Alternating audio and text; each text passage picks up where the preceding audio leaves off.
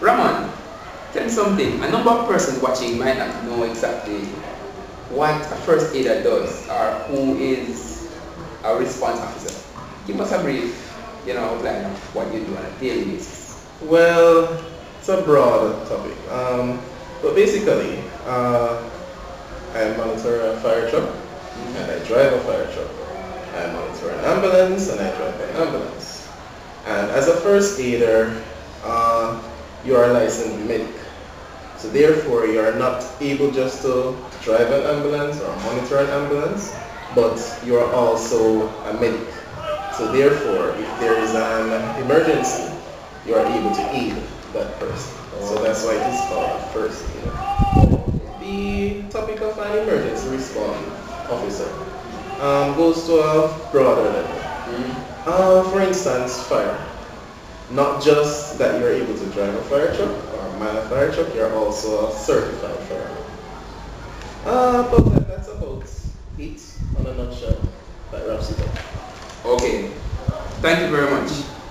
But tell me something, another question, and I'm sure a number of viewers might ask the same question.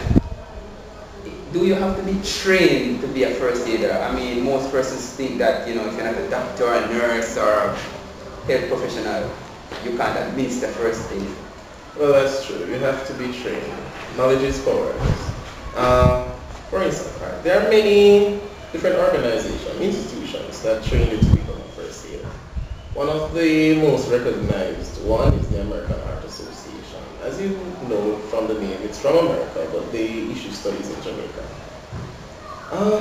For an emergency response officer, there are very few institutions in Jamaica that offer that level of education.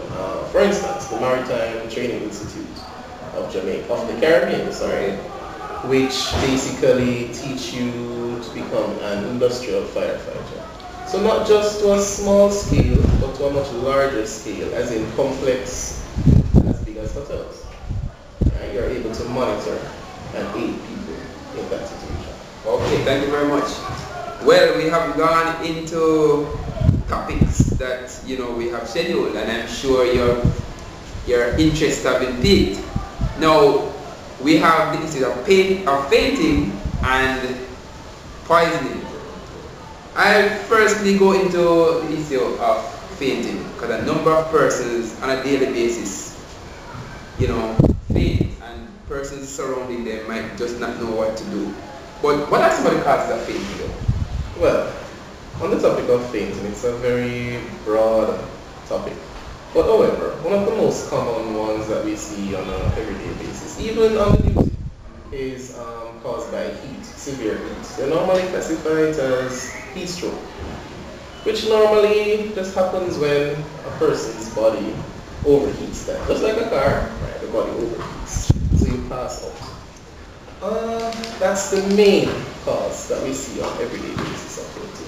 But fainting can also cause from poisoning. It can also cause because of complications on a medical history or background, and etc. There are many more, but to basically explain all of them, I guess it will take up. Oh, so back to what you said a while ago about overheating and fainting. So it's just a response mechanism by the body if your body overheats, sometimes which causes you to faint. You go into dizzy spells and then you faint. So it's a step-by-step procedure to reach the level of fainting.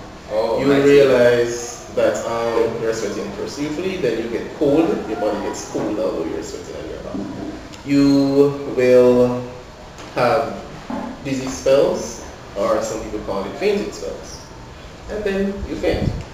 Okay, but which now I should say will only last for a short period of time. Alright, thank you very much. Now, persons watching are from all walks of life. The man sitting in the bar, old lady, the little girl, the little boy. Persons faint every day. Now, how should the common person deal with the person who faints? Well, as I said before, there are many ways or many causes that allows a person to faint. But let me elaborate on the main one, which is heat stroke. Now, as you know, it's caused by the body overheating. Now, for instance, someone faints from heat stroke. You're at the actual event. The first thing you should do is move the person to a cool environment. Right? Release the main garments that the person has on and splash the person with water. Note, this should not be cold water. This should be tap water only. Now, when I say loosen the main garments, I don't mean take off the clothes. Yeah, specify now because enough money run to the lady, you know, assistant and so all kind of things. Right, I bet that should not happen. Now, most people make the mistake of basically taking a bucket, drown the person in water. That should not happen. You may cause the person to die. Oh, so you should use, it is taught in universities and other institutions. You should dip your hand in the water and use your fingertips to splash the water on the person. I'll give you the wrap-up signal for a break. When we come back, we'll just continue. At this moment, we'll just go into a break.